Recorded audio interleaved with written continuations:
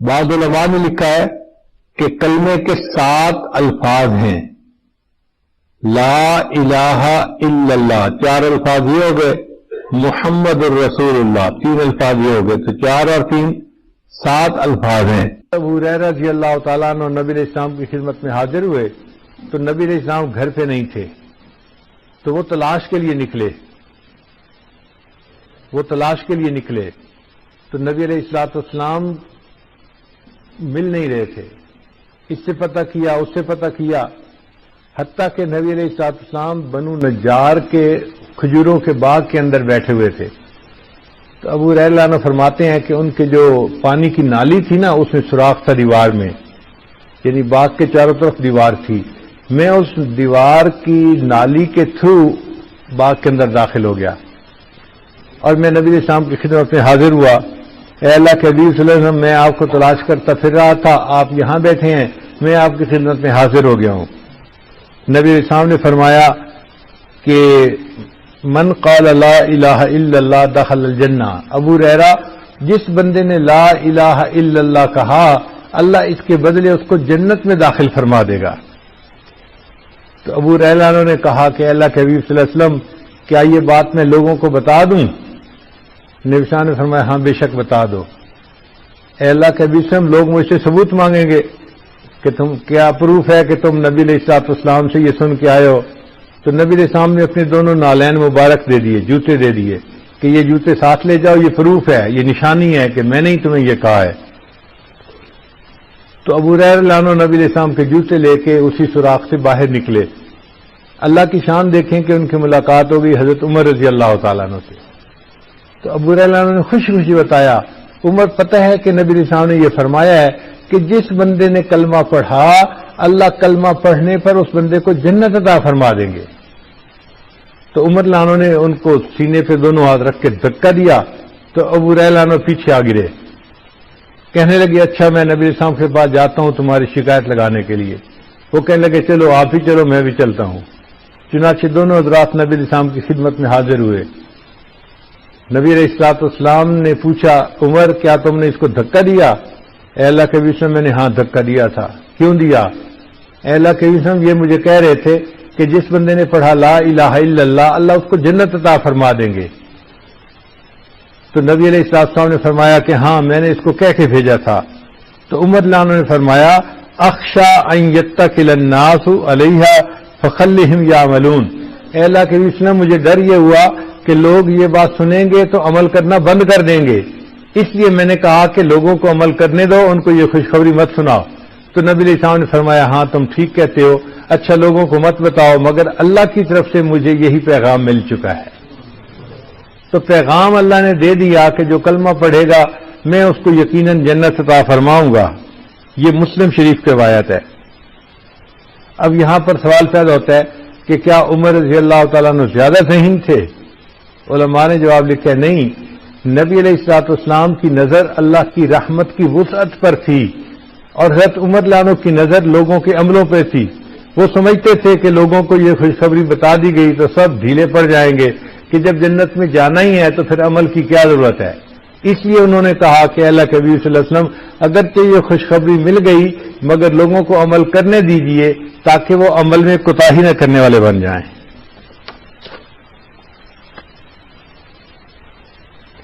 کلمہ گو انسان پر اللہ تعالیٰ کی اتنی رحمتیں کیوں ہیں؟ ذہن میں ایک سوال پیدا ہوتا ہے. اس کا جواب علماء نے لکھا ہے کہ اللہ تعالیٰ رحمان اور رحیم ہے.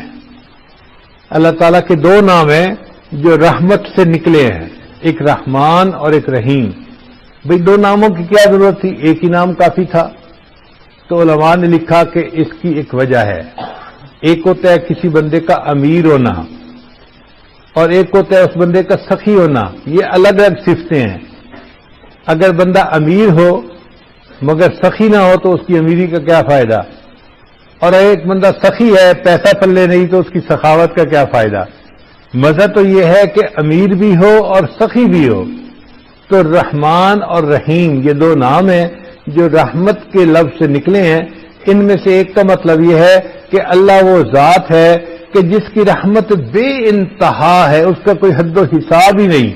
اور دوسرے نام کا مطلب یہ ہے کہ اللہ وہ ذات ہے کہ اس کی رحمت اپنے اور پرائے ہر کسی کے اوپر بے اندازہ خرچ ہو رہی ہے. اللہ کی رحمت کی بھی انتہا نہیں اور اس کے خرچ ہونے بھی کوئی انتہا نہیں. رحمان اس کو کہتے ہیں جو اپنے کو بھی دے پرائے کو بھی دے، وفادار کو بھی دے غدار کو بھی دے. آپ بتائیے کافروں کو جو دنیا کے اندر صحت ملتی ہے، عزت ملتی ہے، بچے ملتے ہیں، کھانا ملتا ہے، کون دیتا ہے؟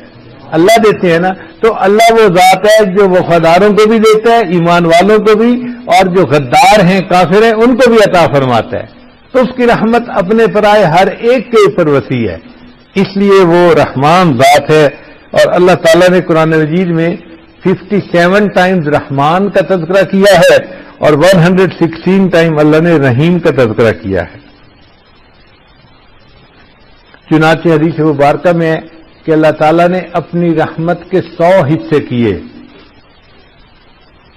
اپنی رحمت کے 100 حصے کیے اور اس میں سے ایک حصہ اللہ نے ساری مخلوق میں تقسیم کیا. ایک حصہ اس کے اور چھوٹے چھوٹے چھوٹے خربوں خربوں حصے بنا کے وہ مخلوق میں تقسیم کیے. چنانچہ بیوی کو خاوند سے محبت ہوتی ہے اسی رحمت کے چھوٹے سے حصے کی وجہ سے، ماں کو اولاد سے محبت ہوتی ہے رحمت کا چھوٹا سا ذرہ جو اس کو ملا اس کی وجہ سے.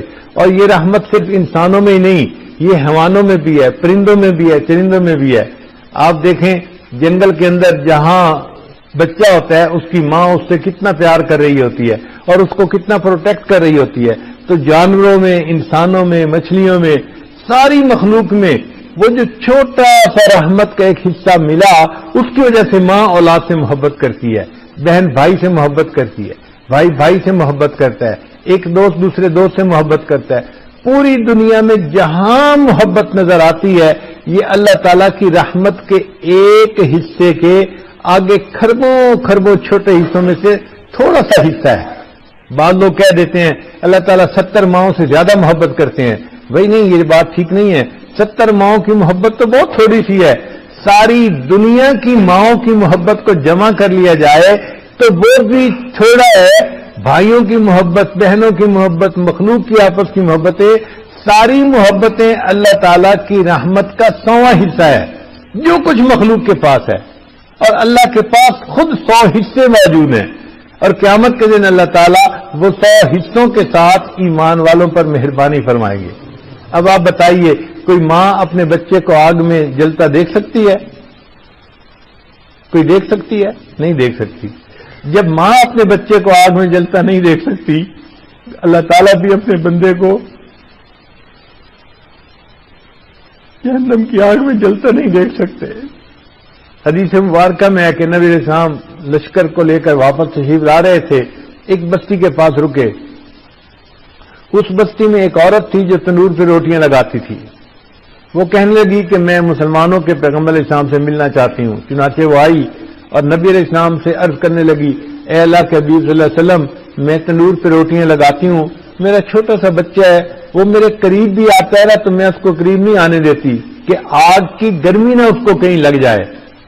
کیا میں یہ سوچ سکتی ہوں کہ میرا بیٹا میرے تنور کی آگ کے اندر گرے اور میں اس کو آنکھوں سے دیکھوں؟ نبی صلی اللہ علیہ وسلم نے فرمایا نہیں. اس نے کہا کہ اچھا پھر یہ بتائیے، اللہ تعالیٰ جب ماں سے زیادہ بچوں سے محبت کرتے ہیں تو وہ اپنے بندوں کو جہنم کی آگ میں کیسے ڈالیں گے؟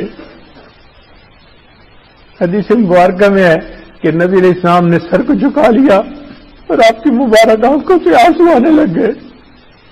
پھر تھوڑی دیر بعد آپ نے سر اٹھایا اور فرمایا کہ اللہ تعالیٰ اپنے بندوں کو جہنم میں نہیں بھیجنا چاہتے، بندے اپنے گناہوں اور نافرمانیوں کی وجہ سے اپنے پاؤں پہ کلہاڑی مارتے ہیں، یہ خود جہنم کا راستہ ہموار کرتے ہیں، اللہ نہیں بھیجنا چاہتے. تو آپ بتائیے کہ جب ماں بچے کو جہنم کی آگ میں نہیں ڈالنا پسند کرتی، اللہ تعالیٰ اپنے بندے کو جہنم کی آگ میں ڈالنا کیسے پسند فرمائیں گے؟ اسی لیے قرآن مجید کی ایک آیت ہے، بسم اللہ مجرہا و مرساہا ان ربی لغفور الرحیم. محسنین نے لکھا ہے کہ اللہ تعالیٰ نے اس میں سے آدھا حصہ دیا تھا حضرت نوح علیہ السلام کو. چنانچہ جب انہوں نے اپنی کشتی کو چلانا ہوتا تھا تو وہ پڑھتے تھے بسم اللہ مجرہا، کشتی چل پڑتی تھی. جب بریک لگانی ہوتی تھی تو پڑھتے تھے بسم اللہ مرساہا، تو وہ رک جاتی تھی، تو کشتی چلتی بھی تھی رکتی بھی تھی۔ تو مفسرین نے لکھا ہے کہ اگر اس کلمے کے ملنے سے نوح علیہ السلام کو اللہ نے پورے طوفان میں سے محفوظ فرما لیا اور ان کی کشتی کو پار اتار دیا، اس امت کو اللہ نے یہ پوری آیت عطا فرمائی، اللہ تعالیٰ اس آیت کے بدلے ان کو قیامت کے دن کی سختیوں کے طوفان میں سے بھی پار اتاریں گے اور ان کی کشتی کو کنارے لگا کے ان کو جنت عطا فرما دیں گے۔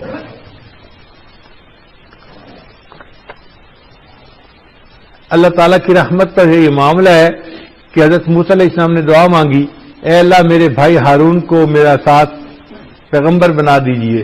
اللہ نے ایک لمحے میں ان کے بھائی کو پیغمبر بنا دیا۔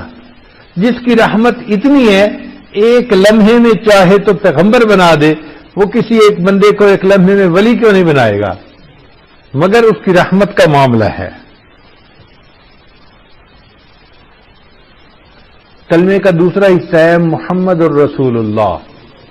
تو محمد صلی اللہ علیہ وسلم اللہ کے رسول ہیں، اور رسول اللہ صلی اللہ علیہ وسلم کو اللہ تعالیٰ نے رحمت للعالمین بنا کے بھیجا ہے، یعنی ایسی رحمت جو تمام جہانوں کے لیے رحمت۔ تو نبی علیہ السلام صرف انسانوں کے لیے رحمت نہیں تھے، انسانوں کے لیے بھی، حیوانوں کے لیے بھی، چرندوں کے لیے، پرندوں کے لیے، جنوں کے لیے، حتیٰ کہ فرشتوں کے لیے بھی رحمت بن کر تشریف لائے۔ جتنی اللہ کی مخلوق ہے نبی علیہ السلام ان تمام مخلوق کے لیے رحمت بن کر تشریف لائے۔ وما ارسلناک الا رحمتا للعالمین، اے محبوب ہم نے آپ کو جہانوں کے لیے رحمت بنا کر بھیجا ہے۔ کیونکہ نبی علیہ السلام کو اللہ نے اتنی رحمت عطا فرمائی تھی، لہذا ان کا دل اپنی امت کے لیے تڑپتا تھا اور وہ چاہتے تھے کہ میری امت کا کوئی بندہ جو ہے وہ جہنم میں نہ جائے۔ اس لیے نبی علیہ السلام پوری رات اپنی امت کے لیے دعوت جو ہے دعا مانگتے تھے، رب امتی رب امتی رب امتی، اے اللہ میری امت کو بخش دینا، میری امت کو بخش دینا۔ حدیث مبارکہ میں ہے ایک مرتبہ سیدہ صدیقہ رضی اللہ تعالیٰ عنہ نے پوچھا، اے اللہ کے حبیب صلی اللہ علیہ وسلم آپ امت کے لیے اتنا مہربان ہیں، آپ ہر وقت رب امتی کی دعا مانگتے رہتے ہیں اور آپ کی مبارک آنکھوں میں سے آنسو جاری ہو جاتے ہیں۔ تو آپ نے فرمایا کہ عائشہ میں ساری زندگی دعا مانگتا رہوں گا، حتیٰ کہ جب سکرات موت کا کیفیت ہوگی میں اس وقت بھی کہوں گا رب امتی رب امتی، اور ایسا ہو کہ جب مجھے قبر میں دفن کر دیا جائے گا اور قیامت کے دن اٹھایا جائے گا اس وقت بھی میں کہوں گا رب امتی رب امتی۔ اور عائشہ جب قیامت کے دن ہر کوئی نفسہ نفسی پکار رہا ہوگا میں اس وقت بھی کہوں گا رب امتی رب امتی، میں اپنی امت کے لیے دعا مانگوں گا کہ اللہ تعالیٰ میری امت کو بخش دے۔ چنانچہ نبی علیہ السلام نے ایک مرتبہ دعا مانگی، یا اللہ میری امت کا حساب میرے سپرد کر دیجئے، قیامت کے دن حساب میں لے لوں گا۔ اللہ تعالیٰ نے پوچھا، اے میرے حبیب صلی اللہ علیہ وسلم آپ ایسی دعا کیوں مانگ رہے ہیں؟ یا اللہ اس لیے مانگ رہا ہوں کہ میری امت کے گناہ کسی کے سامنے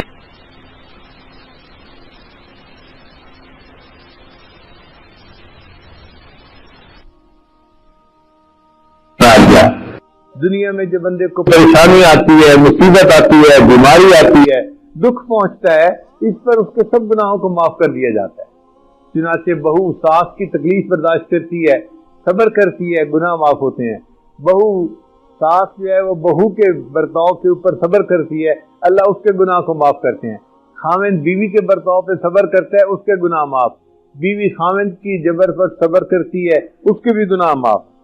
چنانچہ اللہ نے دنیا میں ہی سب گناہوں کو معاف کرنے کا معاملہ فرما دیا۔ اب ذرا ارحم الراحمین کا معاملہ دیکھیے، اللہ نے گناہوں کو کیسے کیسے معاف کیا۔ سب سے پہلی بات ذرا توجہ کے ساتھ سنیے گا کہ ہر انسان کے ساتھ عمل لکھنے والے دو فرشتے ہیں، ایک فرشتہ دائیں کندھے پہ سمجھ لیجئے اور ایک فرشتہ بائیں کندھے پہ، کرامن کاتبین ان کو کہتے ہیں۔ اور ان میں جو نیکی لکھنے والا فرشتہ ہے وہ افسر بنا دیا۔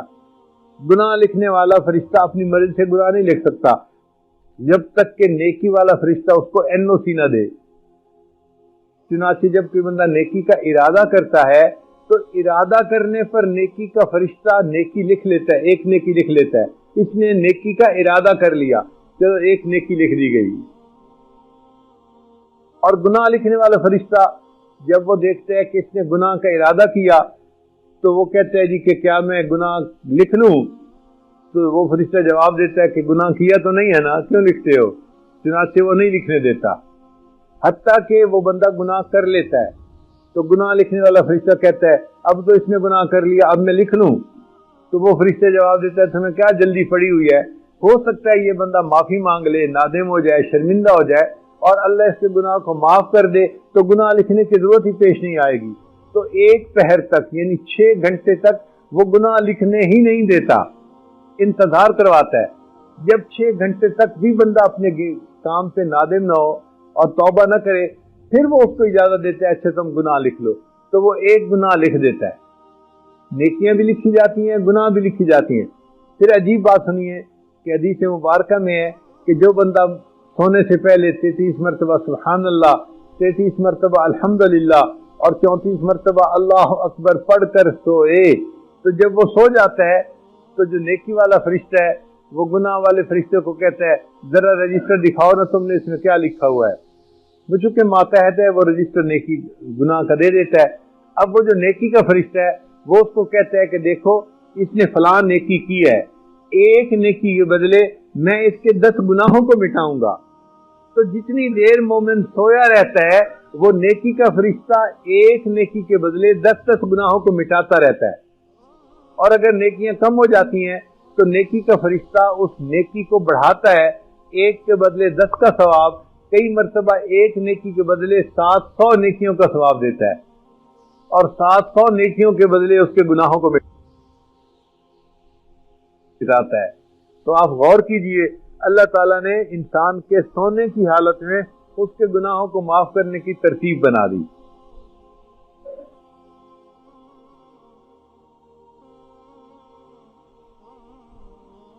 حدیث مبارکہ میں ہے کہ جو بندہ شادی شدہ ہوتا ہے اس کی 2 رکعت پر اللہ تعالیٰ ایک غیر شادی شدہ کی 82 رکعتوں کا ثواب عطا فرماتے ہیں۔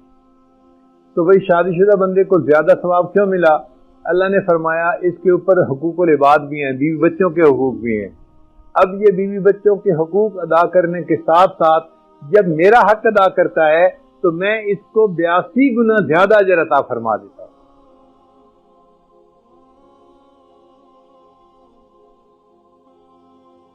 پھر اللہ تعالیٰ نے دل کی ندامت کو توبہ بنا دیا۔ اگر کوئی بندہ زبان سے کوئی لفظ نہیں بولتا، صرف دل میں نادم ہو جاتا ہے میں نے برا کیا، میں نے اس کو ہرٹ کیا، برا کیا، میں نے اچھا نہیں کیا، زبان سے کچھ نہیں کہتا، دل میں صرف ریپینٹ کرتا ہے، تو حدیث مبارکہ میں ہے دل پہ ریپینٹ کرنے پر اللہ اس کے توبہ کو قبول فرما لیتے ہیں، چاہے زبان سے ایک لفظ بھی نہ کہے۔ الندم توبۃ، دل کی ندامت یہ توبہ ہوتی ہے۔ پھر دنیا میں جو تکلیف پہنچتی ہے اس پر بھی اللہ اس کے گناہوں کو معاف کر دیتے ہیں۔ مثلاً کوئی ٹھوکر لگی، کوئی زخم لگا، کوئی ایکسیڈنٹ ہوا، کوئی بیماری آ گئی، کوئی پریشانی آ گئی، فاقہ آ گیا، کوئی بھی تکلیف جو دنیا میں پہنچتی ہے ہر تکلیف کے بدلے اللہ اس کے گناہوں کو معاف کر دیتے ہیں۔ علماء نے لکھا ہے اگر اس نے فرض کرو اپنا ایک ویلٹ تھا، بٹوا تھا، وہ دائیں جیب میں ڈال لیا اور پھر بھول گیا اور اس نے نکالتے ہوئے اس کو بائیں جیب میں ڈھونڈا، جب ہاتھ ڈالا تو بائیں جیب میں بٹوا نہیں تھا، تو اس کو شوق لگا تھوڑی دیر کے لیے او میرا بٹوا کدھر ہے، اور پھر دائیں جیب میں اس کو مل بھی گیا۔ یہ جو تھوڑی دیر کے لیے اس کو شوق ملا اس پر بھی اللہ اس کے گناہوں کو معاف فرما دیتے ہیں۔ حدیث مبارکہ میں ہے کہ اگر کسی بندے کے گھر میں چراغ جل رہا تھا اور وہ اچانک بجھ گیا اور اس بندے نے انا للہ پڑھ دی، اللہ انا للہ پڑھنے پر چراغ کے بجھنے پر بھی اس کے گناہوں کو معاف فرما دیتے ہیں۔ آپ دیکھیے اگر چراغ کے بجھنے پر گناہ معاف ہوتے ہیں تو اگر کسی کے گھر میں کوئی فوت ہو جائے، کسی کا زندگی کا چراغ بجھ جائے تو اس کو کتنا اجر نصیب ہوگا۔ اس لیے دنیا میں جو پریشانی ملتی ہے وہ ہمارے لیے گناہوں سے بخشش کا سبب بنتی ہے۔ حدیث مبارکہ میں ہے کہ بندہ بیمار ہوتا ہے، اللہ تعالیٰ فرشتوں کو بلا کر فرماتے ہیں کہ میرے فرشتوں یہ میرا بندہ بیمار ہے، اب اس کے منہ سے درد کی وجہ سے کراہنے کی آواز نکلے گی تو یہ کراہے گا، مگر تم اس کے نام اعمال میں سبحان اللہ الحمدللہ پڑھنے کا اجر لکھتے رہنا۔ یہ کروٹ لے گا اور درد ہوگی اس کو تو کروٹ بدلنے پر تم رکوع اور سجود کا ثواب اس کے نام اعمال میں لکھ دینا۔ حدیث مبارکہ میں ہے وہ بندہ بیماری سے شفا یاب ہوتا ہے تو اس طرح گناہوں سے پاک ہوتا ہے جیسے اس دن گناہوں سے پاک تھا جب اس کی والدہ نے اس کو جنم دیا تھا۔ اس طرح گناہ معاف ہو جاتے ہیں دنیا کے اندر۔ پھر اگر ہو سکتا ہے کوئی بندہ خود استغفار نہ کرے یا نیکی نہ کرے تو اللہ نے اور مہربانی فرما دی، مچھلیوں کو، چیونٹیوں کو، پرندوں کو ایمان والوں کے لیے استغفار پر لگا دیا۔ چنانچہ حدیث مبارکہ میں ہے کہ مچھلیاں ایمان والوں کے لیے استغفار کرتی ہیں، پرندے کرتے ہیں، چیونٹیاں کرتی ہیں، اور قرآن مجید میں ہے کہ فرشتے بھی ایمان والوں کے لیے استغفار کرتے ہیں۔ وَيَسْتَغْفِرُونَ لِمَنْ فِي الْأَرْضِ، جو زمین میں ہیں ایمان والے ان کے لیے اللہ کے فرشتے بھی استغفار کرتے ہیں، اور ان کے استغفار کو بہانہ بنا کر اللہ ایمان والوں کے گناہوں کو معاف فرما دیتے ہیں۔ پھر فرمایا کہ ایک دوست کے لیے دوسرا دوست پیٹھ پیچھے جو دعا کرتا ہے اللہ تعالیٰ اس دوست کی دعا کو قبول فرما لیتے ہیں۔ اب یہ کہیں نہیں لکھا ہوا کہ نیک دوست کی دعا قبول ہوتی ہے اور گناہگار کی دعا قبول نہیں ہوتی، نہیں، دوست کی دعا۔ تو جب اللہ تعالیٰ دوست کی دعا کو قبول فرماتے ہیں تو دیکھیے اللہ تعالیٰ کی رحمت کی کیا انتہا ہے۔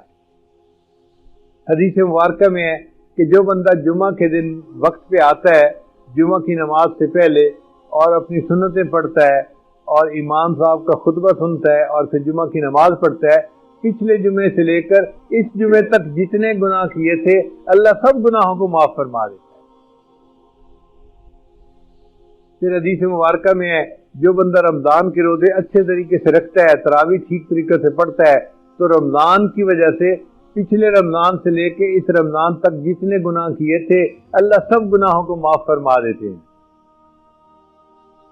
پھر اگر کوئی بندہ حج کرے اور عمرہ کرے تو اس کے گناہوں کو اللہ اس طرح معاف کر دیتے ہیں کہ رجا کا یومن ولدت امہ، وہ اس طرح پاک ہو کے لوٹتا ہے جیسے اس کی والدہ نے اس کو جنم دیا تھا، جیسے اس دن گناہوں سے پاک تھا، حج عمرے سے واپس اس طرح گناہوں سے پاک ہو کے آتا ہے۔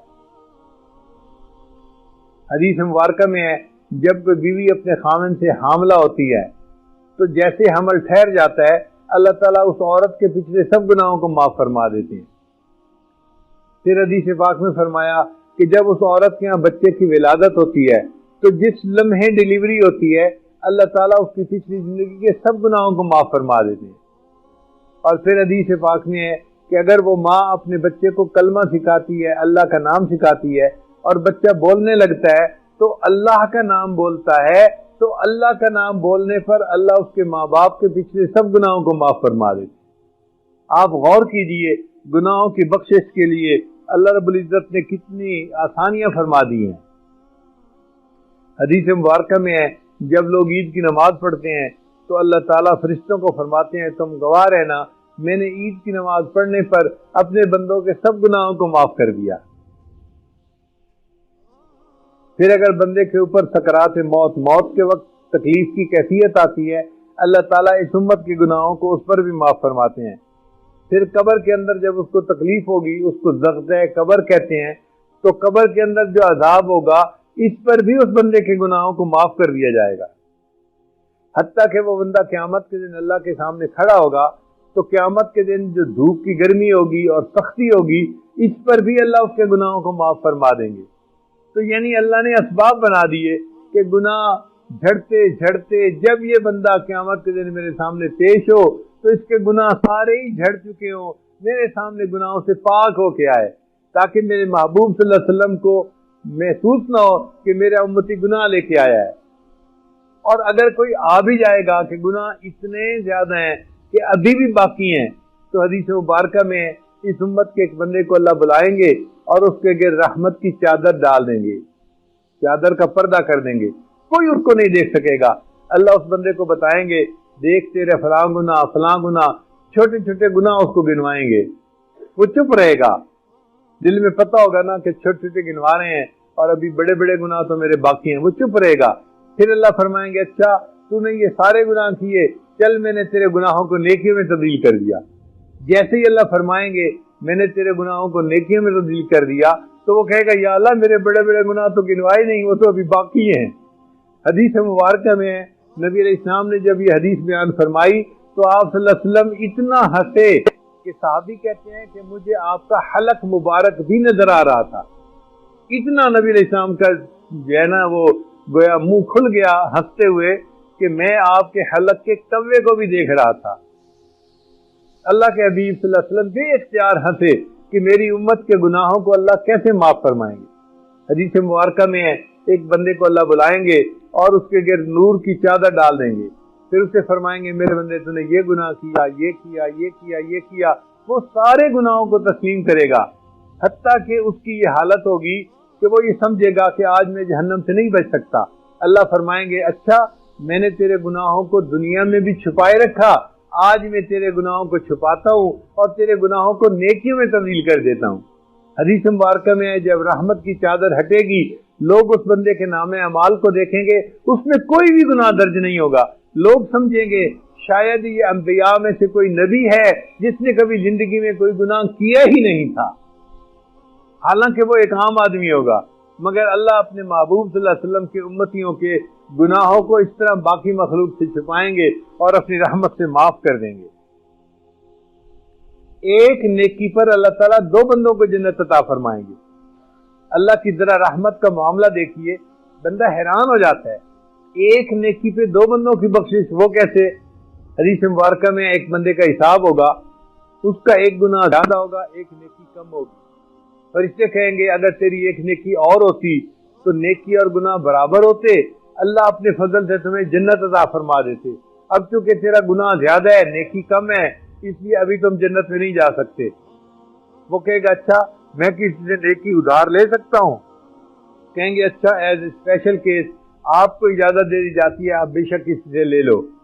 وہ اپنی بھائی کے پاس آئے گا, نیکی مانگے گا, والدہ کے پاس آئے گا, نیکی مانگے گا, بیوی کے پاس آئے گا, بچوں کے پاس آئے گا, والد کے پاس آئے گا, کوئی اس کو نیکی دینے کے لیے تیار نہیں ہوگا. حالانکہ سب نیک ہوں گے اور سب کے پاس بڑی نیکیاں ہوں گی, پہاڑوں برابر نیکیاں ہوں گی, مگر ہر ایک ڈر رہا ہوگا پتہ نہیں میرا معاملہ کیسے. تو سب کہیں گے بھائی ہمیں نہیں پتا ہمارا معاملہ کیا, جب تک حساب نہیں ہو جاتا ہم اپنی کوئی نیکی نہیں دے سکتے. جب سارے رشتہ دار نہ کر دیں گے تو وہ بندہ رونا شروع کر دے گا کہ مجھے آج کسی نے بھی مدد نہ کی اور سب نے مجھے نہ کر دی. یہ محبتوں کے رشتے تھے. ماں کہتی تھی بیٹا میں تو تجھے دھوپ میں کھڑا ہوتا بھی نہیں پسند کرتی, تجھے اللہ سائے میں رکھے, تجھے اللہ مصیبتوں سے بچا کے رکھے, اور آج میں جہنم کی آگ میں ڈالا جاؤں گا اور امی تو مجھے ایک نیکی دینے کو تیار نہیں. بیوی مجھ سے اتنی محبتیں جتاتی تھی, میں آپ کی خاطر یہ کر سکتی ہوں, یہ کر سکتی ہوں, یہ کر سکتی ہوں, اور آج اس کے پاس اتنی نیکیاں تھیں اور اس نے ایک نیکی بھی مجھے نہ دی, اور میرے والد نے مجھے نیکی نہ دی, اور میری اولاد نے بھی مجھے نیکی نہ دی, تو میرا تو کوئی نہیں اللہ تیرے سوا. وہ رونا شروع کر دے گا. جب وہ رو رہا ہوگا نا, ایک بندہ قریب سے گزرے گا, پوچھے گا بھائی رو کیوں رہے ہو؟ وہ کہے گا دیکھو میرے ساتھ میرے رشتہ داروں نے کیا سلوک کیا, کسی ایک نے بھی مجھے نیکی نہیں دی, میں رو رہا ہوں, مجھے ایک نیکی کی ضرورت تھی, اب کسی نے نہیں دی تو اب مجھے جہنم میں ڈالا جائے گا. وہ کہے گا اچھا بھائی میرے نام اعمال میں ایک نیکی ہے, میں تمہیں دیتا ہوں, تم جنت چلے جاؤ. جب وہ ایک نیکی دے دے گا تو یہ قیامت کے دن اتنا بڑا معاملہ ہوگا کہ فرشتہ اعلان کرے گا ایک بندے نے اپنی نیکی دوسرے کو دے دی. تو جب اللہ تعالیٰ اعلان سنیں گے, اللہ فرمائیں گے کون ہے جو آج سخاوت کا اظہار کر رہا ہے اور اپنی نیکی دوسرے کو دے رہا ہے؟ وہ بندہ حاضر ہوگا, یا اللہ میں نے یہ نیکی دی, میرے بندے تو نے اپنی نیکی کیوں دی؟ وہ کہے گا یا اللہ میرے نام اعمال میں صرف ایک ہی نیکی تھی اور کچھ بھی نہیں تھا, میں نے تو یعنی کہ اس جہنم میں جانا ہی تھا, میں نے سوچا کہ چلو میں تو جہنم میں جا ہی رہا ہوں, اگر میری نیکی دینے سے اس کی بخشش ہو سکتی ہے تو ہو جائے. اللہ فرمائیں گے تو کیا سخاوت دکھاتا ہے, سخاوت کا حقدار تو میں ہوں, میں نے اس بندے کو بھی جنت عطا فرمائی اور تمہیں بھی میں نے اس کے بدلے جنت عطا فرما دی. ایک نیکی پر دو بندوں کو جنت عطا فرما دی جائے گی. حدیث مبارکہ میں اللہ تعالیٰ دو بندوں کو کھڑا فرمائیں گے اور ان کو کہیں گے کہ بندو تم نے گناہ کیے, برائی کی, گناہوں پہ زندگی گزاری, جاؤ جہنم میں. تو ان میں سے ایک بندہ جو ہوگا وہ جہنم کی طرف بھاگنا شروع کر دے گا, اور دوسرا بندہ جو ہوگا وہ تھوڑا چلے گا, پھر پیچھے دیکھے گا, پھر 2 قدم چلے گا، پھر پیچھے دیکھے گا، اللہ ان دونوں کو پھر بلا لیں گے، پہلے سے پوچھیں گے بھائی تم نے بھاگنا کیوں شروع کر دیا؟ وہ کہے گا یا اللہ زندگی میں تو آپ کے حکموں پر میں نے کوئی عمل نہ کیا جیسے کرنا چاہیے تھا، آج یہ آپ کی طرف سے آخری حکم ملا تو میں نے سوچا اس حکم پر تو عمل کر لوں، آپ نے فرمایا جاؤ جہنم میں بھاگ پڑا۔ اللہ فرمائیں گے اچھا اگر میرے حکم کا اتنا تیرے دل میں احترام ہے جا میں نے تجھے جنت عطا فرما دی۔ پھر اللہ تعالیٰ دوسرے سے پوچھیں گے بھئی تیرا معاملہ کیا؟ 2 قدم چلتا تھا پیچھے دیکھتا تھا، پھر 2 قدم پھر پیچھے، پھر 2 قدم چل کے پھر پیچھے دیکھتا تھا۔ وہ کہے گا یا اللہ ساری زندگی مجھے آپ کی رحمت پہ بھروسہ رہا، آج آپ نے حکم دے دیا جاؤ جہنم میں 2 قدم چلتا تھا پھر پیچھے دیکھتا تھا شاید آپ کو ترس آ جائے، آپ کی طرف سے رحمت کا معاملہ ہو جائے، پھر 2 قدم چلتا تھا پھر پیچھے دیکھتا تھا۔ اللہ فرمائیں گے اچھا اگر تجھے میری رحمت کا اتنا ہی بھروسہ ہے جا میں نے تجھے بھی جنت عطا فرما دی۔ تو اللہ تعالیٰ اپنے محبوب صلی اللہ علیہ وسلم کی جو ہے امت کے اوپر قیامت سے عجیب بہانوں سے رحمت فرمائیں گے اور سب کو اللہ تعالیٰ جنت عطا فرمائیں گے۔ چنانچہ حدیث مبارکہ میں ہے کہ ایک بندہ مرنے لگا اور اس نے اپنے بیٹوں کو نصیحت کی کہ میرے بیٹوں جب میں مر جاؤں مجھے نہلا دینا، کفنا دینا اور میری داڑھی کے اندر آٹا جو ہے وہ لگا دینا، یہ خشک آٹا ہوتا ہے نا وہ میری داڑھی کے اوپر جو ہے وہ لگا دینا، بالوں کے اوپر۔ اللہ کے حضور پیشی ہو گئی، اللہ نے پوچھا میرے بندے تو نے یہ کیوں وصیت کی تھی؟ یا اللہ میں نے اپنے علماء سے سنا ہے کہ جو بندہ کلمہ پڑھنے والا سفید بال ہو جاتے ہیں آپ اس کے سفید بالوں کو حیا دیکھ کے حیا فرماتے ہیں، تو میں نے بچوں کو کہا کہ میرے بال تو کالے ہیں اور میرے گناہ بھی زیادہ ہیں، تم آٹا جو ہے میرے بالوں پہ لگا دو گے تو میرے بال سفید نظر آئیں گے، ہو سکتے ہے اللہ کو میرے اوپر ترس آ جائے، اللہ اس بندے کو بالوں پر آٹا لگانے پر معاف کر کے جنت عطا فرما دے۔ حدیث مبارکہ میں ایک بندہ گنہگار تھا، قبر میں گیا تو اس کو قبر کا عذاب ہونے لگا،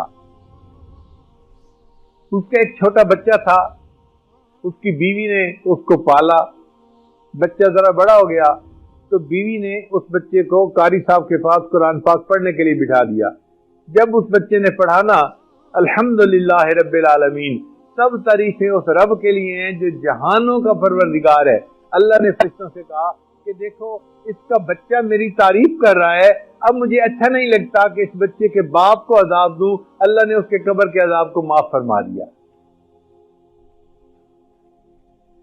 امام غزالی رحمۃ اللہ علیہ فوت ہوئے، خواب میں نظر آئے، کسی نے پوچھا کہ حضرت آگے کیا بنا؟ فرمایا کہ اللہ نے میری بخشش فرما دی۔ اس نے کہا ہاں آپ کے تو بڑی کتابیں ہیں اور علم ہے اور اس وجہ سے لوگوں کو فائدہ ہوا تو اللہ نے آپ کی بخشش کر دی۔ تو فرمایا نہیں کتابوں کا تو تذکرہ آیا ہی نہیں تھا، اس سے پہلے ایک چھوٹا سا عمل تھا جو مجھے یاد ہی نہیں تھا، اللہ نے اس پر بخشش کر دی۔ بھئی وہ عمل کون سا تھا؟ تو فرمانے لگے کہ میں بیٹھا حدیث پاک لکھ رہا تھا، میں نے اپنی قلم دوات میں ڈالی سیاہی لگانے کے لیے۔ آج کل تو ایسے قلم ہے نا کہ سیاہی لگانے کی ضرورت نہیں ہوتی، اندر ہی سیاہی ہوتی ہے، آپ پورا صفحہ لکھتے جائیں، آپ کو قلم اٹھانے کی ضرورت نہیں ہے۔ تو پہلے ہر جو ہے لفظ لکھنے کے لیے سیاہی لینی پڑتی تھی، پھر لفظ لکھنا پڑتا تھا۔ تو وہ فرماتے ہیں کہ میں نے دوات میں قلم ڈالی اور باہر نکالی، جیسے ہی نکالی ایک مکھی جو ہے وہ قلم کے کونے کے اوپر آ کر بیٹھ گئی۔ تو میں نے دل میں سوچا یہ پیاسی ہوگی اور یہ سیاہی پینا چاہتی ہے، تو میں نے اپنی قلم کو 1 سیکنڈ کے لیے روک لیا، وہیں پہ وہ مکھی اڑ کے چلی گئی، میں نے لکھنا شروع کر دیا۔ اللہ نے فرمایا تم نے ایک مکھی کی پیاس کا خیال رکھا، لہذا اس عمل پر میں نے تمہیں جنت عطا فرما دی۔ آپ دیکھیے کس طرح بہانوں سے اللہ تعالیٰ اپنے محبوب صلی اللہ علیہ وسلم کی امتیوں پر مہربانی فرمائیں گے اور قیامت کے دن ان کو جنت عطا فرمائیں گے۔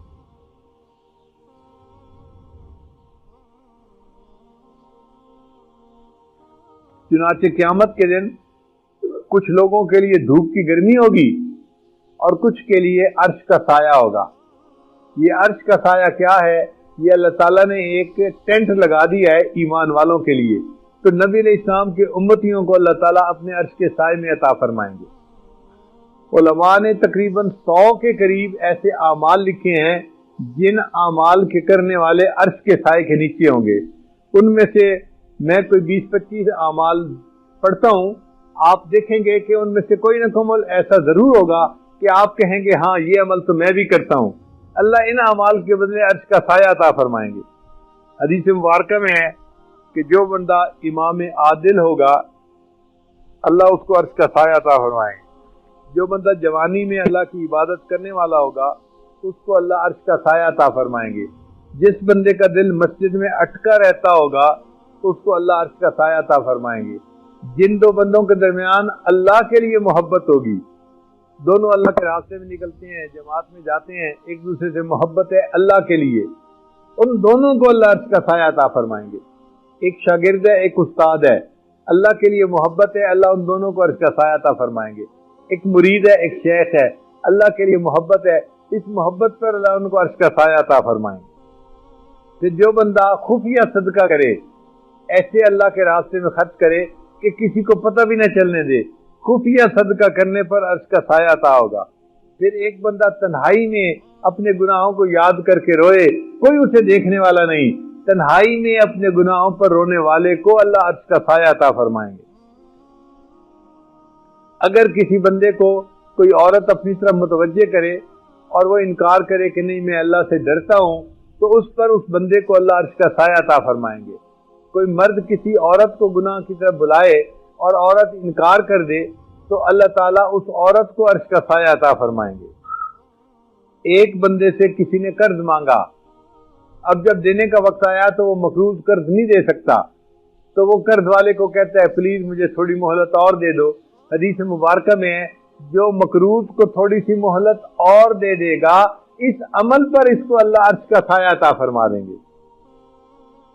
ایک بندہ تجارت میں سچ بولتا ہے, اس سچ بولنے پر عرش کا سایہ عطا فرمائیں گے. ایک بندہ رات کے اندھیرے میں مسجد میں چل کے جاتا ہے عشاء کے لیے یا فجر کے لیے, اس پر اللہ اس کو عرش کا سایہ عطا فرمائیں گے. ایک بندہ یتیم کی پرورش کرتا ہے, بھائی کے بچے کی, بہن کے بچے کی, یتیم کی, کسی یتیم کی پرورش کرتا ہے, یتیم کی پرورش کرنے پر اللہ اس کو عرش کا سایہ عطا فرمائیں گے. ایک بندے کی طبیعت میں نرمی ہے, کوئی معافی مانگتا ہے تو جلدی معاف کر دیتا ہے, جلدی دوسرے پر ترس کھا لیتا ہے. حدیث مبارکہ میں ہے جلدی دوسرے پر ترس کھانے والے کو اللہ عرش کا سایہ عطا فرمائیں گے. ایک بندہ رشتہ ناطے جوڑتا ہے, رشتہ داری کا خیال کرتا ہے, رشتہ داروں کو ناراض نہیں ہونے دیتا, ان کے ساتھ اچھا سلوک کرتا ہے, تو حدیث پاک میں ہے جو رشتے ناطے جوڑنے والا ہو اللہ تعالیٰ اس کو قیامت کے دن عرش کا سایہ عطا فرمائیں گے. پھر جو عورت بیوہ ہو جائے اور وہ بچوں کی وجہ سے دوسرا نکاح نہ کرے کہ میرے بچے جو ہیں برباد ہو جائیں گے, زندگی ان کی برباد ہو جائے گی, میں دوسری شادی نہیں کرتی, میں بچوں کا خیال رکھوں گی. حدیث مبارکہ میں ہے اس عورت کو اللہ تعالیٰ قیامت کے دن عرش کا سایہ عطا فرمائیں گے. پھر ایک بندہ اللہ کے راستے میں نکلتا ہے, رات کو جاگتا ہے, اللہ اس کو عرش کا سایہ عطا فرمائیں گے. ایک بندہ دفتر میں رشوت نہیں لیتا, اللہ اس کو عرش کا سایہ عطا فرمائیں گے. ایک بندہ بینک میں پیسے تو رکھتا ہے, سود نہیں لیتا, اللہ اس کو عرش کا سایہ عطا فرمائیں گے. ایک بندہ کسی غمگین کو تسلی دیتا ہے, اس کو دو بول میٹھے بول دیتا ہے, جس سے غمگین کے دل کو تسلی ہوتی ہے, اس تسلی دینے والے کو اللہ عرش کا سایہ عطا فرمائیں گے. ایک آدمی نبی علیہ السلام پر کثرت سے درود شریف پڑھتا ہے, اللہ اس کو عرش کا سایہ عطا فرمائیں گے. ایک بندہ سنت کو زندہ کرتا ہے, جیسے آج کے دور میں داڑھی کی سنت گھٹتی چلی جا رہی ہے, جو نوجوان سنت پر عمل کرے گا اللہ اس کو قیامت کے دن عرش کا سایہ عطا فرمائیں گے. ایک بندہ نماز کے وقت کا خیال رکھتا ہے, گھڑی رکھتا ہے اپنے پاس, خیال رکھتا ہے اتنے بجے نماز ہوگی, اور مسجد میں آتا ہے تو نماز کے وقت کا خیال رکھنے پر اللہ اس کو عرش کا سایہ عطا فرمائیں گے. اب آپ بتائیے, یہ میں نے ابھی 20-25 اعمال پڑھے ہیں, ان اعمال کو سن کے آپ کا دل کہے گا یار یہ عمل تو میں بھی کرتا ہوں, یہ عمل تو میں بھی کرتا ہوں, تو ان اعمال پر اللہ عرش کا سایہ عطا فرمائیں گے. اور ٹوٹل اعمال تو 100 کے قریب ہیں جن پر عرش کا سایہ نصیب ہوتا ہے. اس کا مطلب یہ ہوا کہ اللہ نے اپنے محبوب صلی اللہ علیہ وسلم کے لیے قیامت کے دن اے سی کا کمرہ بنا دیا.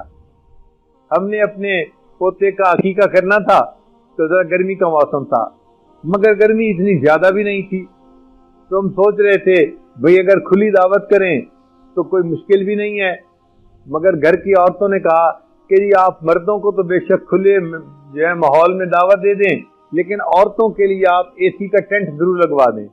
میں نے پوچھا وہ کیوں؟ کہنے لگی ایک تو یہ کہ وہ عبائے میں ہوتی ہیں، پردے میں ہوتی ہیں، دوپٹے ہوتے ہیں، تو اگر باہر ہوں گی تو ان کو پسینہ آئے گا، اور دوسری مصیبت یہ کہ انہوں نے میک اپ کیا ہوا ہوتا ہے، اگر پسینہ آ گیا تو شکلیں کیسی ہو جائیں گی۔ ہم نے کہا بھئی ہم نے آپ کی دلیل کو قبول کیا، ہم عورتوں کے لیے اے سی والا ٹینٹ لگوا دیں گے۔ چنانچہ عورتوں کے لیے ہم نے اے سی والا ٹینٹ لگوا دیا اور مردوں کے لیے باہری دسترخوان بچھا دیا۔ الحمدللہ اتنا مجمع تھا، اللہ نے سب پر مہربانی فرمائی، اور سکون کے ساتھ عورتوں نے بھی کھانا کھایا ٹینٹ میں اور مردوں نے باہر ٹینٹ کے۔ تو مجھے اس دن یہ بات یاد آئی کہ قیامت کے دن ایسا ہی ہوگا، اللہ تعالیٰ اپنی باقی مخلوق کے لیے تو باہر جو ہے وہ سب کو کھڑا کر دیں گے، آگ ہوگی اور دھوپ ہوگی اور سورج کی گرمی ہوگی، لیکن اپنے محبوب صلی اللہ علیہ وسلم کی امت کے لیے اللہ تعالیٰ عرش کا ٹینٹ لگا دیں گے، وہ اے سی کا کمرہ ہوگا، اس میں اپنے محبوب کی امت کو کہیں گے تم یہاں جا کے بیٹھ جاؤ۔ عائشہ صدیقہ عنہا فرماتی ہیں کہ جو لوگ عرش کے سائے میں ہوں گے ان کو قیامت کے دن کی لمبائی کا پتہ بھی نہیں چلے گا، قیامت کا دن ہوگا 50,000 سال۔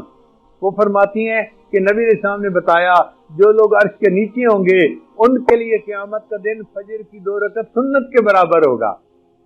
فجر کی 2 رکعت سنت جو نبی علیہ السلام پڑھتے تھے وہ سب سے مختصر ہوتی تھی، اس میں 2 منٹ لگتے ہوں گے، یعنی عام لوگوں کے لیے 50,000 سال کا دن ہوگا، اور امت محمدیہ کے لیے قیامت کا دن 2 منٹ کی بات ہوگی۔ اللہ تعالیٰ ان کو خوشبو کے ٹیلوں میں رکھیں گے، ان کو قیامت کے دن کی سختی کا احساس ہی نہیں ہوگا۔ تو اس سے پتہ چلتا ہے کہ اللہ تعالیٰ واقعی اپنے حبیب صلی اللہ علیہ وسلم کی امت کے لیے قیامت کے دن خاص معاملہ فرمائیں گے۔ حدیث مبارکہ میں ہے نبی علیہ السلام لشکر کو لے کے واپس آ رہے تھے، آپ نے دریا کے کنارے پڑاؤ ڈالا اور عصر کی نماز ادا کی۔ جب آپ عصر کی نماز پڑھ چکے تو آپ نے دیکھا کہ ایک چھوٹی سی چڑیا آئی اور اس نے سامنے سے ریت کے 2-4 ذرے اپنے منہ میں لے لیے اور پھر اڑ کر دریا کی طرف چلی گئی۔ پھر تھوڑی دیر بعد آئی، پھر ذرے لے لیے، پھر دریا کی طرف چلی گئی۔ جب اس چڑیا نے 2-3 مرتبہ ایسا کیا تو نبی علیہ السلام متوجہ ہوئے یہ چڑیا کا کیا معاملہ ہے؟ تو جبریل السلام آئے، اے اللہ کے حبیب صلی اللہ علیہ وسلم آپ اپنی امت کی بخشش کے لیے اللہ کے سامنے روتے ہیں، دعائیں مانگتے ہیں، رب امتی کہتے رہتے ہیں۔ اللہ نے آپ کی امت کے گناہوں کو اور اپنی رحمت کو مثالی طور پر آپ کے سامنے پیش کر دیا۔ دیکھیے یہ چڑیا اپنے منہ میں 2-3 قطرے ریت کے لیتی ہے اور جا کر اس کو دریا کے اوپر پھینکتی ہے، تو دریا کے پانی کو پتہ ہی نہیں چلتا، وہ ان ریت کے 2-4 ذروں کو بہا کے لے جاتا ہے۔ تو اللہ نے بتلا دیا میرے محبوب میری رحمت دریا کی مانند ہے اور آپ کی امت کے گناہ اس ریت کے چند ذرات کی مانند ہے۔ میرے رحمت کے دریا کے سامنے آپ کے ریت کے ذرات کچھ نہیں کریں گے، میں سب کے گناہوں کو معاف فرما دوں گا۔ ایک بیل کے سر کے اوپر سینگ کے اوپر ایک مچھر آ بیٹھا، جب اڑنے لگا تو اس نے بیل سے سوری کیا، معافی مانگی، بھائی میں آپ کے سینگ کے اوپر بیٹھا رہا، مجھے معاف کر دینا۔ بیل نے کہا نہ مجھے تمہارے بیٹھنے کا پتہ چلا اور نہ مجھے تمہارے اڑنے کا پتہ چلا، تمہارے وزن کا مجھے احساس ہی نہیں ہوا۔ اگر بیل کو ایک مچھر کے بیٹھنے اور اڑنے کا پتہ نہیں چلتا تو اللہ کی رحمت اس بیل کی مانند ہے اور اس امت کے گناہ مچھر کی مانند ہے۔ اللہ کی رحمت کو پتہ ہی نہیں چلے گا اس امت کے گناہ تھے یا نہیں تھے، اللہ سب گناہوں کو معاف فرما دے گا۔ پھر اللہ تعالیٰ نے قرآن مجید میں نبی علیہ السلام سے وعدہ فرمایا ہے یوم لا یخزی اللہ النبی والذین آمنوا معہ، اللہ تعالیٰ قیامت کے دن اپنے نبی علیہ السلام کو اور جو ان کے ساتھ ایمان لائے ان کو قیامت کے دن رسوا نہیں کرے گا، ان کو لیٹ ڈاؤن نہیں ہونے دے گا۔ اللہ نے جب قرآن میں وعدہ فرما دیا اے محبوب میں آپ کو قیامت کے دن لیٹ ڈاؤن نہیں ہونے دوں گا، تو کیسے ممکن ہے کہ کسی کے گناہوں کی اللہ تعالیٰ قیامت کے دن پکڑ فرمائیں؟ اللہ سب کے گناہوں کو معاف کر دیں گے اور اپنے محبوب کے وعدے کو نبھائیں گے۔ حدیث مبارکہ میں اللہ تعالیٰ نے قرآن مجید میں فرمایا وَلَسَوْفَ يُعْطِيكَ رَبُّكَ فَتَرْضَىٰ، اے میرے محبوب صلی اللہ علیہ وسلم میں آپ کو قیامت کے دن اتنا دوں گا کہ آپ راضی ہو جائیں گے، خوش ہو جائیں گے، آپ بس کریں گے، اے اللہ بہت بہت بس ٹو مچ ہے میرے لیے۔ تو مفسرین نے لکھا کہ نبی علیہ السلام نے اس آیت کے اترنے پر فرمایا کہ جب اللہ نے وعدہ فرما لیا وہ مجھے اتنا دیں گے کہ میں خوش ہو جاؤں گا، تو میں قیامت کے دن اس وقت تک خوش نہیں ہوں گا جب تک میرا آخری امتی بھی جنت میں نہیں چلا جائے گا۔ اب جب نبی علیہ السلام نے یہ وعدہ فرما دیا تو بتائیے نبی علیہ السلام وعدے کو نبھائیں گے نا، اور اس امت کو جنت میں لے کے جائیں گے۔ حدیث مبارکہ میں ہے نبی علیہ السلام نے فرمایا اللہ تعالیٰ نے ہر نبی علیہ السلام کو ایک ایسی دعا کرنے کا حکم دیا کہ جیسی مانگی جائے گی ویسی ہی دعا قبول کر لی جائے گی۔ تو صحابی نے پوچھا اے اللہ کے وسلم، پھر مختلف انبیاء نے دعائیں مانگی؟ فرمایا ہر نبی نے کوئی نہ کوئی دعا مانگی اور جیسے مانگی اللہ نے اس کو ویسے قبول کر لیا۔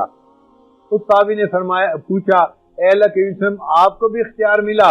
نبی صلی اللہ علیہ وسلم نے فرمایا ہاں مجھے بھی دعا مانگنے کا اختیار ملا، میں نے دنیا میں وہ دعا نہیں مانگی، میں نے اس کو ذخیرہ بنا لیا، اب میں اس کو قیامت کے دن مانگوں گا اور اس وقت جنت میں جاؤں گا جب اللہ میری ساری امت کو جنت عطا فرما دے۔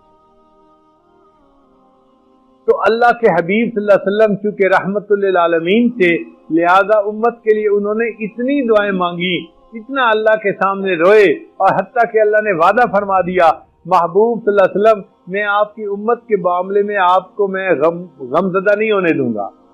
حدیث مبارکہ میں ہے نبی علیہ الصلوۃ والسلام کے اوپر آخری وقت کی کیفیات تھیں۔ حضرت جبریل علیہ السلام آئے اور حضرت ملک الموت آئے۔ ملک الموت دروازے پہ کھڑے ہو گئے اور جبریل علیہ السلام اندر آئے اور آ کے نبی علیہ السلام کی خدمت میں عرض کیا اے اللہ کے حبیب صلی اللہ علیہ وسلم اللہ نے آپ کو یاد فرمایا ہے، یعنی ہم آپ کو لینے کے لیے آئے ہیں۔ تو نبی علیہ السلام نے فرمایا جبرائیل پہلے اللہ تعالیٰ سے پوچھ کے یہ بتاؤ کہ میرے بعد اللہ تعالیٰ میری امت کے ساتھ کیا معاملہ فرمائیں گے؟ تو جبریل علیہ السلام نے اللہ تعالیٰ سے پوچھا، اللہ نے پیغام دیا میرے محبوب صلی اللہ علیہ وسلم کو جا کے بتا دو اے میرے محبوب صلی اللہ علیہ وسلم ہم آپ کے بعد آپ کی امت کو تنہا نہیں چھوڑیں گے، ہم ان کی سرپرستی فرمائیں گے اور ان کے ساتھ خیر کا معاملہ فرمائیں گے۔ جب نبی علیہ السلام کو امت کی طرف سے تسلی ہو گئی پھر نبی علیہ السلام نے فرمایا اب جو ہے نا جبریل علیہ السلام ملک الموت کو بلا لو اور مجھے میرے اللہ سے واصل کر۔ چنانچہ پھر ملک الموت آئے اور یوں اللہ تعالیٰ کے محبوب صلی اللہ علیہ وسلم نے پردہ فرما لی۔ تو تسلی جب ہو گئی تو تب محبوب صلی اللہ علیہ وسلم نے پردہ فرمایا۔ آپ بتائیے کوئی ماں اپنے جوان بیٹے کی موت پہ کتنا روتی ہے؟ ایک ہفتہ، 2 ہفتے، 1 مہینہ، پھر نارمل زندگی گزارتی ہے۔ ہم نے تو دیکھا خامن فوت ہو جاتا ہے تو بیوی مہینے 2 مہینے بعد نارمل زندگی گزار رہی ہوتی ہے، بیٹا فوت ہو جاتا ہے باپ تیسرے دن بعد نارمل زندگی گزار رہا ہوتا ہے۔ کوئی کسی کے اوپر 23 مہینے نہیں روتا۔ اللہ کے محبوب صلی اللہ علیہ وسلم اس امت کے لیے 23 سال متواتر روتے رہے، رب امتی رب امتی رب امتی۔ تو 23 سال کا رونا اللہ کو کتنا پیارا لگا ہوگا اور اللہ نے اس پر محبوب کی امت کے گناہوں کو کس قدر معاف کیا ہوگا۔ لہذا اللہ تعالیٰ کے محبوب صلی اللہ علیہ وسلم کی امت ہونے کی وجہ سے اللہ تعالیٰ قیامت کے دن ہمارے گناہوں کو معاف فرمائیں گے اور ہمیں اپنی رحمت سے جنت عطا فرما دیں گے۔ تو بعلم ازل مرادی دی آنکھیں بعیب وخریدی۔ شاعر کہتے ہیں اے اللہ تو مجھے میرے اپنے علم کی وجہ سے جب پیدا نہیں ہوا تھا اس وقت سے جانتا ہے کہ میری اوقات کیا ہے، میں کیسا ہوں گا۔ تو بعلم ازل مرادی دی، تو اپنے ازلی علم کے ساتھ اللہ مجھے جانتا ہے۔ دی آنکھیں بعیب وخریدی، ان میرے عیبوں کے جاننے کے باوجود آپ نے مجھے پیدا کیا، میری روح کو دنیا میں بھیجا اور پھر فرمایا کہ میں نے ایمان والوں سے ان کے مال اور جان کو جنت کے بدلے خرید لیا، اور اللہ آپ نے مجھے ان عیبوں کے باوجود خریدنے کا بھی سودا کر لیا۔ تو بعلما ومن وعیبہما، اللہ تو وہی علم والا ہے، میں وہی عیبوں والا ہوں۔ رد مکنا کہ خود پسندیدی، اے اللہ اس کو رد نہ کر جس کو آپ نے پسند فرمایا۔ تو اللہ تعالیٰ اپنے محبوب صلی اللہ علیہ وسلم کی امت کے اوپر بہت رحمت فرمائیں گے۔ ہمارے علاقائی زبان کا ایک شعر ہے، اس کا میں ترجمہ کر دوں گا ایک گناہ میرا ماں پہ ویکھن تے دیوین دیس نکالا. ایک گناہ ماں باپ دیکھتے ہیں اور اپنے بچے کو یا اپنی بیٹی کو گھر سے نکال دیتے ہیں. ایک گناہ میرا ماں پہ ویکھن تے دیوین دیس نکالا تے لکھ گناہ میرا اللہ ویکھے تے او پردے پاون والا. اور لاکھ گناہ میرا اللہ دیکھتا ہے اور وہ میرے گناہوں پہ پردے ڈال دیتا ہے.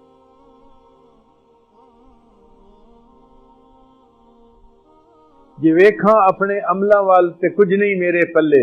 اے اللہ اگر میں اپنے عملوں کی طرف دیکھوں تو میرے پاس کچھ بھی نہیں ہے.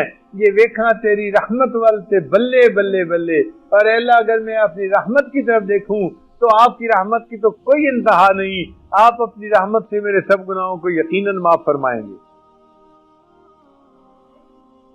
مولا جتنی بڑی آپ کی ذات اتنی بڑی میری آپ سے آس. جتنی بڑی آپ کی ذات اتنی بڑی میری آپ کے ساتھ آس. میری امید اتنی بڑی ہے. اللہم مغفرتک اوسع من ذنوبی ورحمتک ارجع عندی من عملی. نبی علیہ السلام نے فرمایا کہ لوگوں تم اس حال میں مرنا کہ تمہیں اللہ کے ساتھ حسن ظن ہو. حسن ظن کا مطلب ہوتا ہے اچھا گمان. ہر بندے کو چاہیے اللہ کے ساتھ اچھا گمان رکھے. ہم نے کلمہ پڑھا ہے, اللہ تعالیٰ اس کلمے کے بدلے ہمارے ساتھ قیامت کے دن رحم کا معاملہ فرمائیں گے.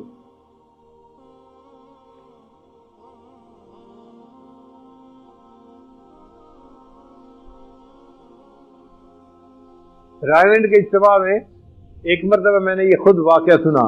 حضرت مولانا محمد اسلم ملتان کے تھے. انہوں نے یہ کوئی 1972 یا 1973 کی بات ہوگی. انہوں نے یہ واقعہ رائے کے سالانہ اجتماع پہ سنایا. کتابوں میں نے پہلے بھی پڑھا تھا مگر میں اس کو نقل کرتے ہوئے جھجکتا تھا. جب اتنے بڑے عالم سے اتنے بڑے مجمع میں یہ واقعہ سنا تو پھر اس کے بعد میں اس کو نقل کر دیتا ہوں. انہوں نے فرمایا کہ حضرت شبلی رحمۃ اللہ علیہ اللہ کے ایک ولی تھے. ایک مرتبہ اللہ نے ان پر الہام فرمایا, اے شبلی کیا میں تیرے گناہ لوگوں پر ظاہر نہ کر دوں کہ تجھے دنیا میں کوئی منہ لگانے والا نہ رہے. اے شبلی کیا میں تیرے گناہ لوگوں پر ظاہر نہ کر دوں کہ کوئی تجھے منہ لگانے والا نہ رہے. وہ بھی اللہ کی معرفت رکھنے والے تھے.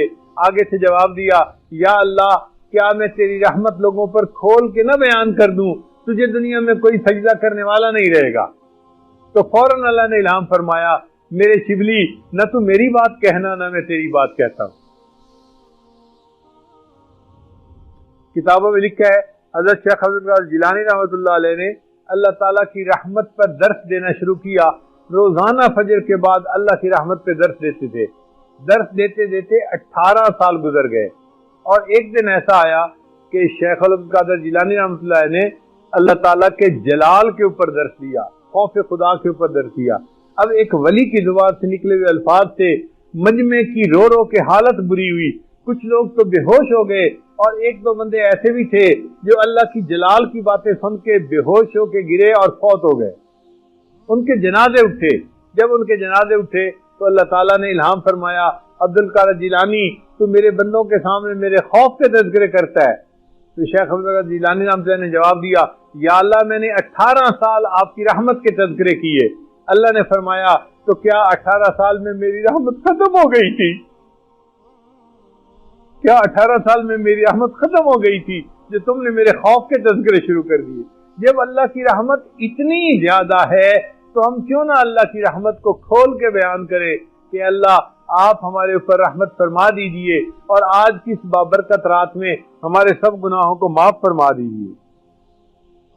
بے گناہوں میں چلا زاہد جو اس کو دیکھنے, بے گناہوں میں چلا زاہد جو اس کو دیکھنے, مغفرت بولی ادھر آ میں گناہگاروں میں ہوں, وہ کرشمے شان رحمت نے دکھائے روز حشر, چیخ اٹھا ہر بے گناہ میں بھی گناہگاروں میں ہوں. اللہ کی رحمت گناہگاروں پر اتنی ہوئی کہ جو بے گناہ لوگ تھے وہ بھی کہنے لگے, اللہ ہم بھی گناہگار ہیں, ہمارے اوپر بھی رحمت فرما دیجیے.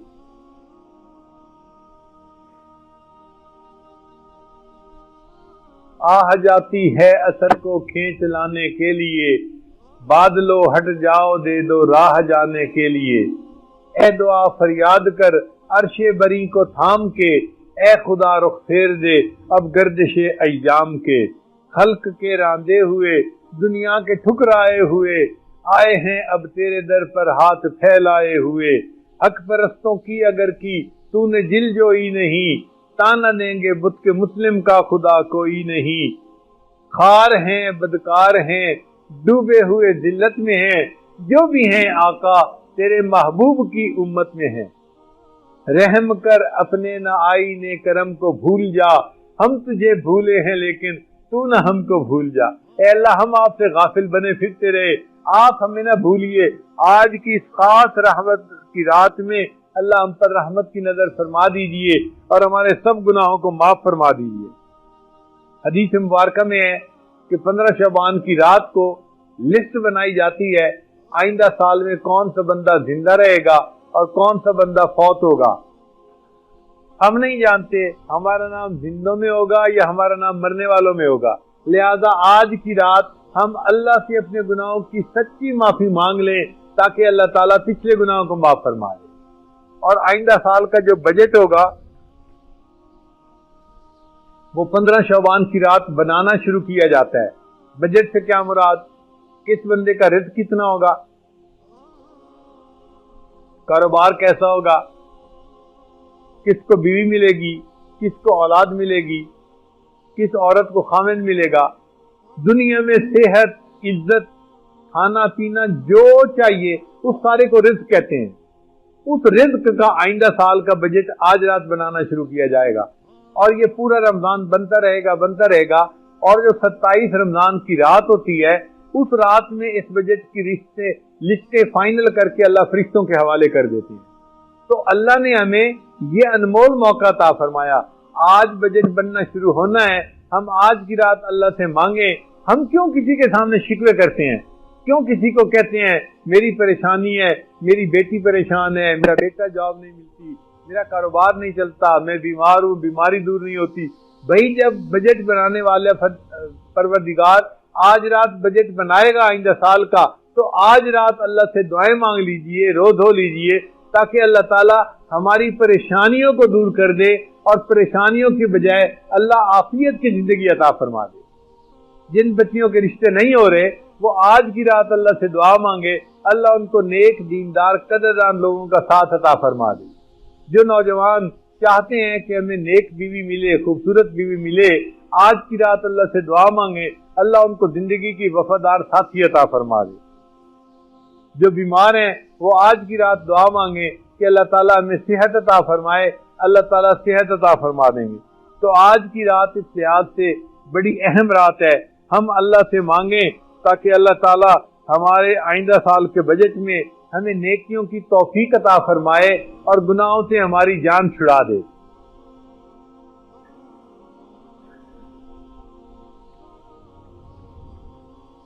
اب ذرا ایک بات اور توجہ کے ساتھ سنیے گا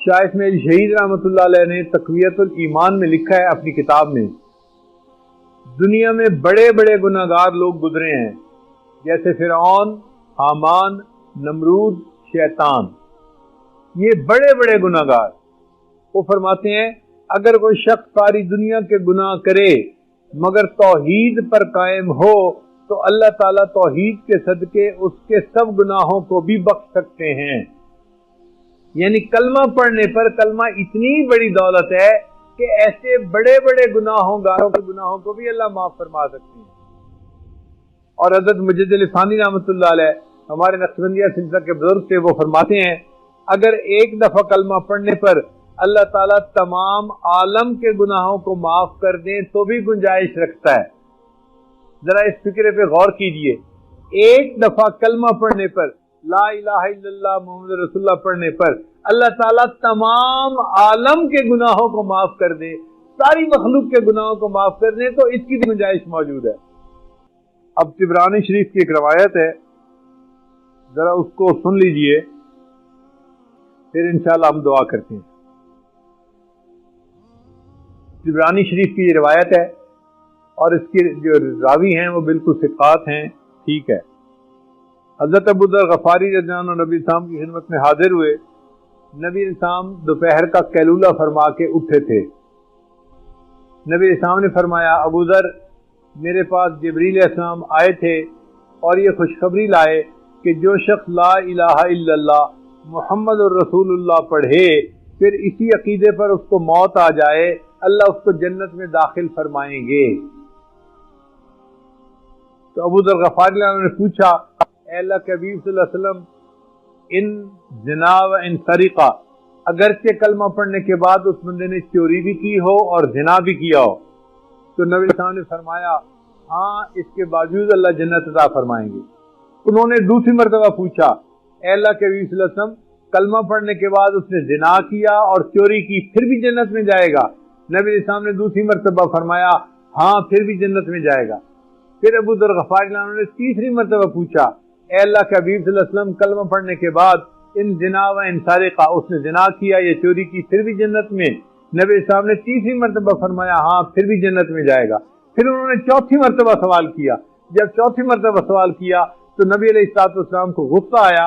نبی علیہ السلام نے فرمایا ہاں ہاں وہ جنت میں جائے گا اگرچہ ابو ذر کی ناک خاک آلود ہوتی رہے، اگرچہ اگر تیری ناک کے اوپر مٹی بھی لگ جائے وہ پھر بھی جنت میں داخل ہوگا۔ 4 مرتبہ اللہ کے حبیب نے فرمایا۔ اب آپ غور کیجئے کہ کلمہ پڑھنے پر اللہ کی ایسی رحمت ہے، اس کے بعد اگر کوتاہیاں بھی کر بیٹھے گا اور دعائیں مانگے گا اللہ سے مغفرت کی، اللہ ایسے بندے کو پھر بھی جنت عطا فرما دیں گے۔ اس لیے جس بندے نے کلمہ پڑھا ہے اس کو کبھی کم نظر سے نہ دیکھیں، چاہے وہ شرابی ہو، چاہے زانی ہو، چاہے وہ جوا کھیلتا ہو یا کوئی اور گناہ کا ارتکاب کرتا ہو، اس کو کبھی بری نظر سے نہ دیکھیں۔ کیوں؟ کلمہ پڑھا ہوا ہے، اگر وہ معاف کر لے گا، اللہ سے معافی مانگ لے گا، اللہ اس کے گناہوں کو اس کی نیکیوں میں تبدیل فرما دیں گے، وہ ہم سے زیادہ بہتر ہو جائے گا، وہ ہم سے زیادہ افضل ہو جائے گا۔ اسی حدیث پاک میں آتا ہے نبی علیہ الصلوۃ والسلام طواف فرما رہے تھے، ابو داؤد شریف کی روایت ہے، طواف فرما رہے تھے تو آپ نے بیت اللہ کو دیکھ کے فرمایا بیت اللہ اللہ کے ہاں تیرا مرتبہ بہت زیادہ ہے، مگر میں کہتا ہوں کہ جس بندے نے کلمہ پڑھا ہے حرمت المؤمن ارجح من حرمت الکعبہ۔ سن لے میرے مولا، بنا لے اپنا بندہ، دل بدل دے۔